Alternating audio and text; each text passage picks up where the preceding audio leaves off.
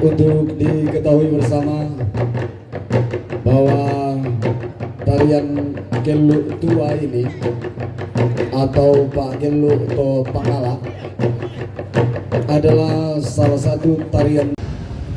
Tentu kita harap bertandinglah dengan penuh keikhlasan, bertandinglah dengan jiwa besar, semangat kebersamaan.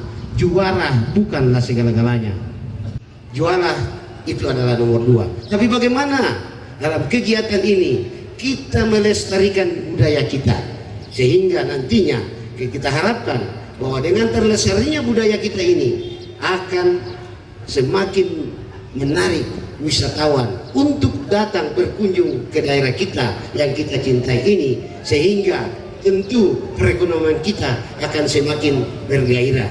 Tentu ketika orang semakin banyak datang di Toraja, ke Toraja, khususnya Toraja Utara, itu akan banyak dampaknya.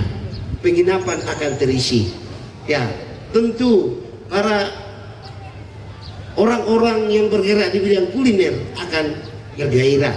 Ya, transportasi akan bergerak dan semua sektor akan bergerak ketika kita mampu membuat kegiatan-kegiatan yang positif, yang tentu dampaknya bagi pemerintah, bagi masyarakat itu sendiri.